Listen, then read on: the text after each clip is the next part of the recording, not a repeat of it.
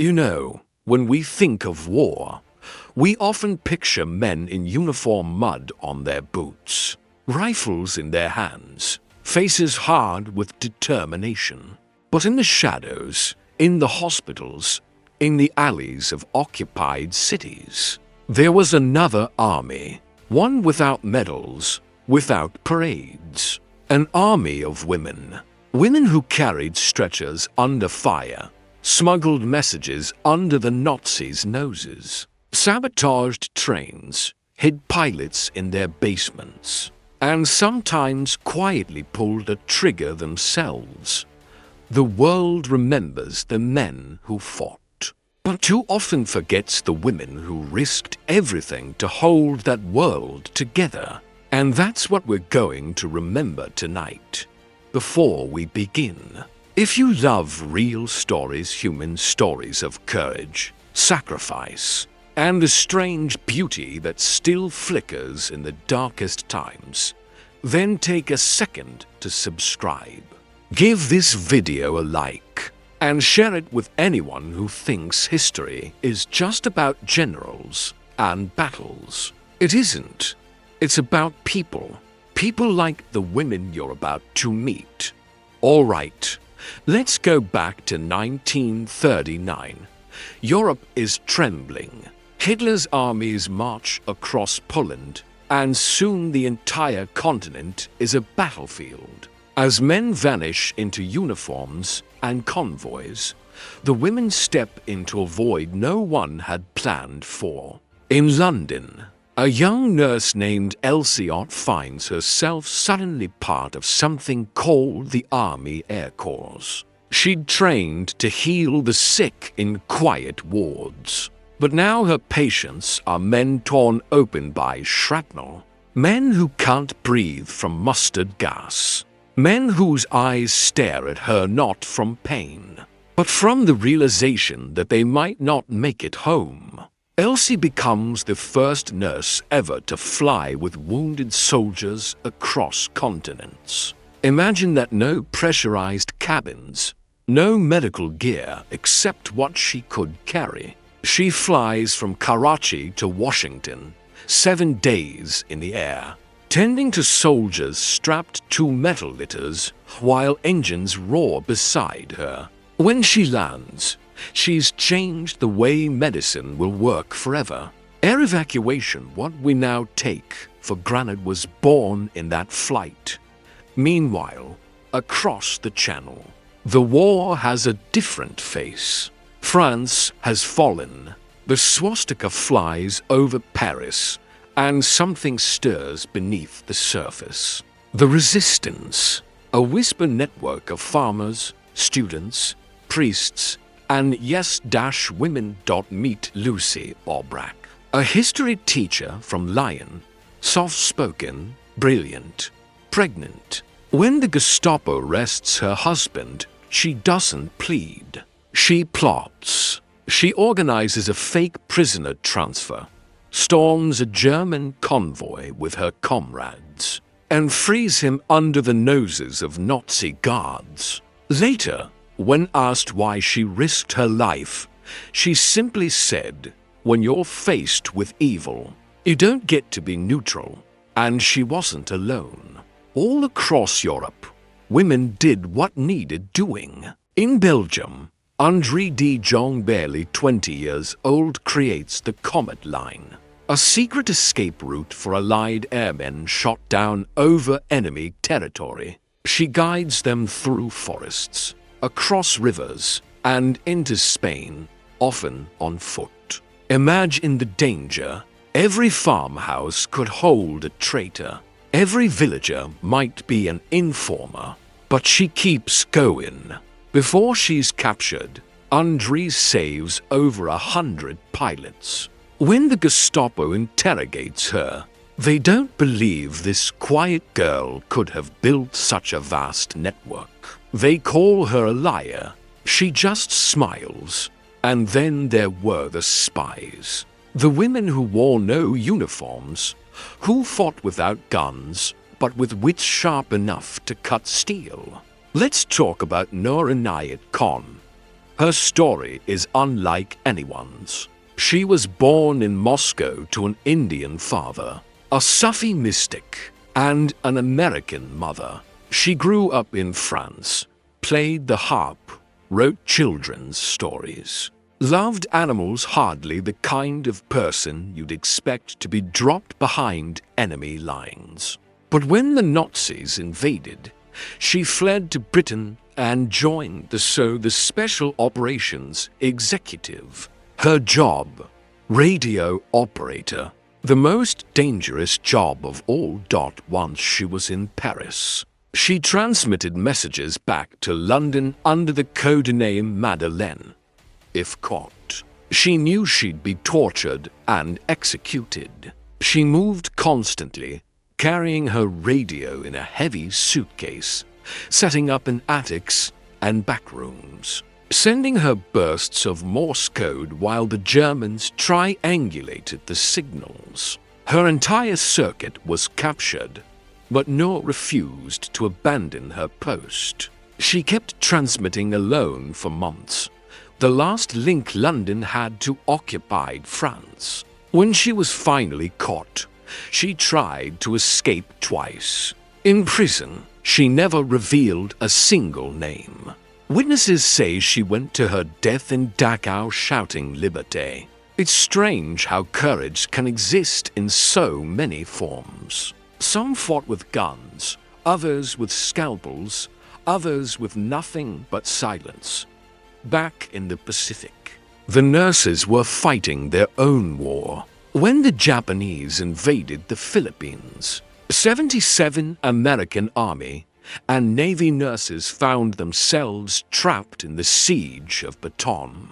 They set up makeshift hospitals in jungles and caves, working with no supplies, using whiskey for anesthetic, stripping uniforms for bandages. When Bataan fell, they were captured and spent nearly 3 years as prisoners of war. They were starved, beaten, but never stopped tending to the sick. When they were finally liberated, they were called the Angels of Bataan. One of them, Lieutenant Margaret Nash, later said something that always stuck with me. We didn't think of ourselves as heroes. We were just doing our jobs.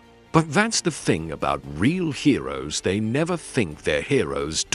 As the war dragged on, women's roles kept expanding. In factories, in intelligence, in code breaking. At Bletchley Park, thousands of young women worked day and night intercepting German messages. They couldn't tell anyone, not even their families, what they were doing. Many never spoke of it again. It wasn't glamorous work. It was repetitive, exhausting, and secret. But those lines of code they cracked shortened the war by years, when you think about it. That's one of the great ironies of history. The people who make the biggest difference often do so quietly, unseen. Before we go deeper into the resistance networks, I want to take a quick moment to thank you for sticking with me through these stories. If you're still watching, that means you care about the human side of history, the forgotten names, the hidden bravery. So if you haven't yet, subscribe to the channel. It really helps bring these stories to life and keeps history alive for the next generation. All right, let's get back to occupied Europe. The deeper you go into the stories of occupied Europe, the more you realize that women weren't just helping the war effort, they were the war effort. The resistance wouldn't have survived a month without them. Take Violette Chabot. She was only in her early 20s, a mother, widowed before her child could even walk. Her husband, a French foreign legionnaire, was killed in North Africa, and that loss lit something inside her, a calm fury. She volunteered for the Special Operations Executive, trained in sabotage, demolition, and espionage. Imagine that this small, cheerful woman learning to kill silently, to blow up train lines, to survive in enemy territory. In 1944, she was dropped into France, behind enemy lines, to organize sabotage teams ahead of D-Day. For weeks she worked tirelessly, moving through the countryside, delivering coded messages, coordinating ambushes. Then, during a mission near Limoges, her convoy ran into a German patrol. She ordered her comrades to run while she held off the enemy with a Sten gun. They said she fought until her ammunition ran out. She was captured, tortured, and finally sent to Ravensbrück concentration camp. Witnesses said she faced her execution with her head held high. Her last words were, "I have done my duty." What's remarkable isn't just her bravery, it's how many like her there were. In Norway, women smuggled weapons through snow-covered forests.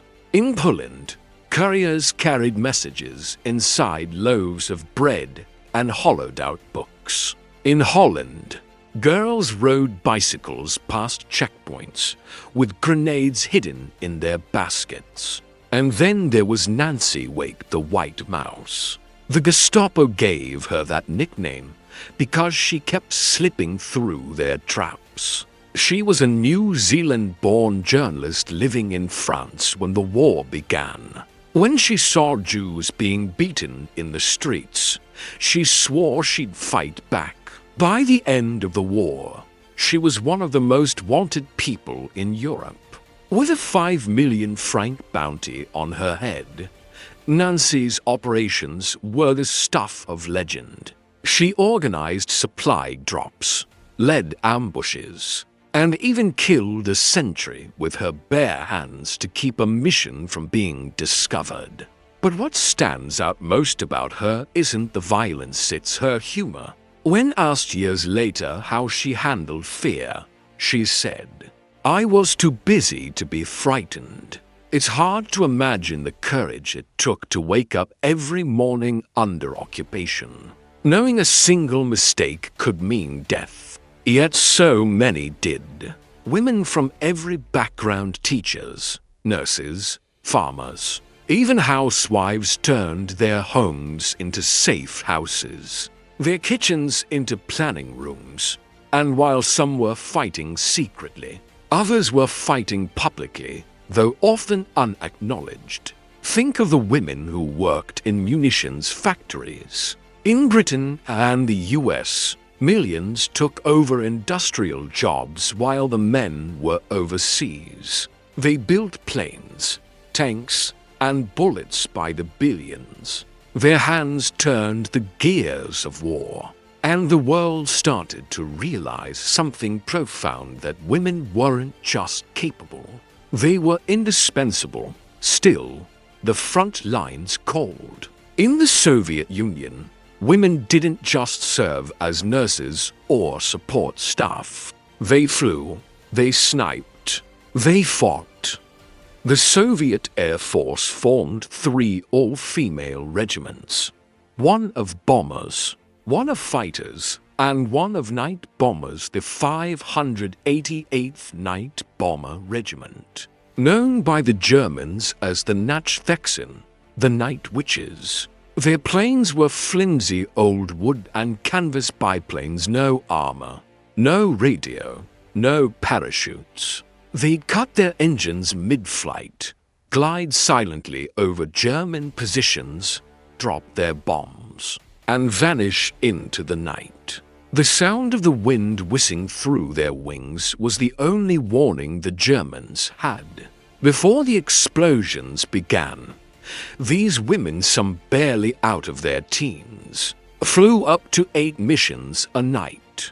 They stitched holes in their uniforms, patched bullet holes in their planes, and laughed through exhaustion. Their commander, Marina Raskova, was already a national hero, a kind of Soviet Amelia Earhart. She used her fame to convince Stalin to let women fly in combat. Many didn't live to see the end of the war, but those who did earned more than 100 Hero of the Soviet Union medals. On the ground, women snipers became feared legends. Lyudmila Pavlichenko, the Lady Death, notched 309 confirmed kills. She became so effective that the Germans tried to bribe her over loudspeakers, promising her comfort and safety if she defected. She ignored them, fired another shot, and kept going. Later, when she toured the United States to rally support, reporters asked if she wore makeup on the front lines. She replied, "There is no rule against wearing powder, but who has time to think of her shiny nose when a battle is on?"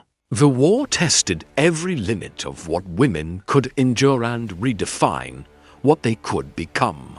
But let's not forget the quieter heroes. In hospitals from London to Algiers, thousands of nurses worked in conditions no one had prepared them for. Bombs would fall while surgeries were underway. Morphine ran out. They learned to use ethers sparingly, to stitch wounds by lantern light. Some would sit with dying soldiers through the night, just holding their hands so they wouldn't die alone.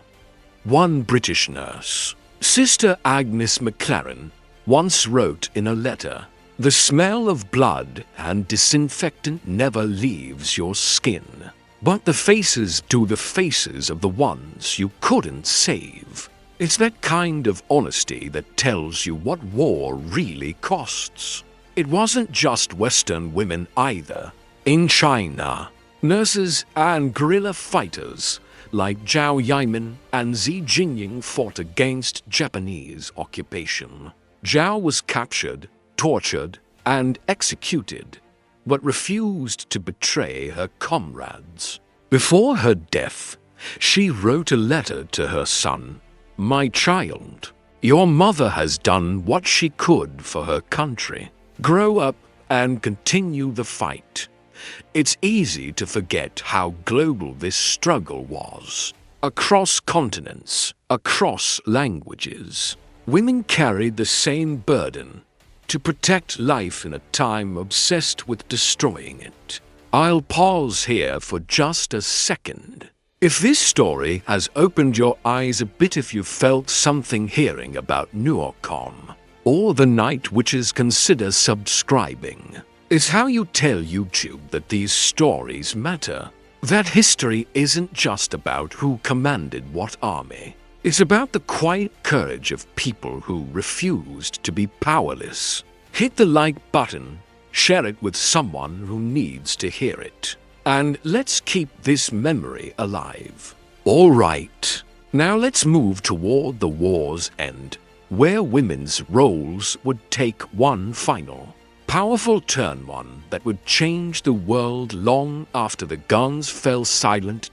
By 1944, the war had changed everything. The world had aged 10 years in 5. Cities lay in ruins. Children grew up under sirens, and the idea of what a woman could do had been rewritten in blood and smoke. As the Allies pushed toward victory, the women who'd worked in silence began to step from the shadows. In France, the resistance networks finally joined open rebellion after D-Day. Streets that had once echoed with German boots now roared with gunfire from civilians, many of them women who'd spent years waiting for this moment. They sabotaged bridges, ambushed convoys, guided Allied troops through unfamiliar streets. For some, it was the first time they fired a weapon.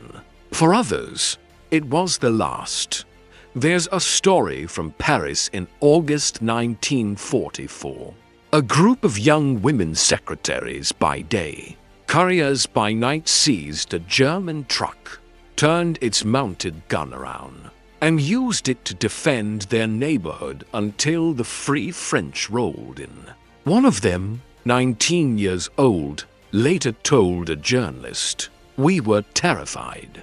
But we'd been terrified for 4 years. This time, it was their turn. When the war ended, many of these women went home quietly, back to their families, back to the roles society expected of them. Some never told their children what they'd done. Others couldn't. Their stories were too heavy, too strange, too far removed from ordinary life. But not all faded into silence. Some refused to be forgotten. Odette Sansom, a French-born British agent who'd survived torture in Ravensbrück, testified at war crimes trials. Her body bore the scars of electric shocks, but her mind, her will remained unbroken. When asked how she survived, she said, "Because I had decided I would not die that way. They could kill my body, but they would never own my soul." And then there was Vera Atkins, the mysterious woman behind many of those agents. She worked for the SOE, overseeing dozens of female operatives sent into occupied Europe. After the war, when many didn't return, Vera made it her personal mission to find them. She combed through records, interviewed witnesses, walked through concentration camps, traced every rumor, every grave. She discovered the fates of women like Violette Szabo, Noor Inayat Khan, and Yolande Beekman. Her dedication ensured that they were remembered not as statistics, but as people with names, faces, and stories that mattered. In the Pacific, too, women continued to serve long after victory was declared. The nurses who'd been prisoners of war came home with haunted eyes. Many struggled to fit back into a society but had no idea what they'd endured. They weren't hailed as heroes at first. They were told to be quiet, to move on. But some of them began to speak, to write memoirs, to tell their stories. And slowly, the world began to listen. It's remarkable, really, how history catches up. It took decades for these women to be recognized properly. Noor Khan received the George Cross posthumously. Violette Szabo, too. Lyudmila Pavlichenko became a national icon in the Soviet Union. André de Jong was honored by Britain, the US, and Belgium. The night witches were celebrated at last. Their ragged old biplanes remembered not as relics, but as instruments of pure defiance. Still, most of them didn't fight for recognition. They fought because they had to, because there was no one else. There's a quiet strength in that kind of courage, the courage that doesn't wait for applause. After the war, something irreversible had changed. Women had proven they could do everything the world once said they couldn't.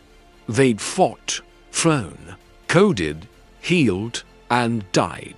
And even if governments tried to push them back into silence, society could never quite forget what it had seen. The old boundaries had cracked. That's why, when the next generations came along, women stepping into politics, into the workforce, into leadership, they were standing on the shoulders of these wartime pioneers. And it wasn't just about equality. It was about humanity. Those women reminded the world that courage isn't masculine or feminine, it's simply human. There's a photograph I love from 1945. A nurse standing in a ruined hospital courtyard somewhere in Germany. The walls are scorched, her uniforms torn, and behind her the skies filled with drifting smoke. She's holding a bandaged child, staring straight into the camera. No triumph, no smile, just exhaustion and quiet resolve. That's what victory looked like. Not flags or speeches, but people who carried the unbearable and still kept going. It's easy to romanticize war after it's over, to talk about glory and sacrifice in neat sentences. But for the women who lived it, there was nothing neat. There was only endurance. There was doing what had to be done when no one else could.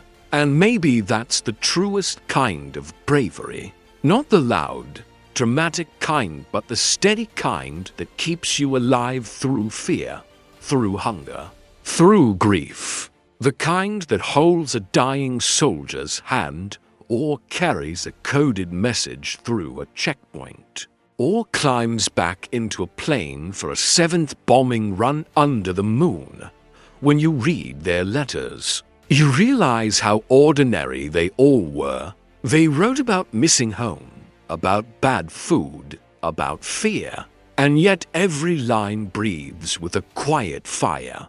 They were scared, yes, but they did it anyway. So next time someone says history is written by men with guns, remember these women.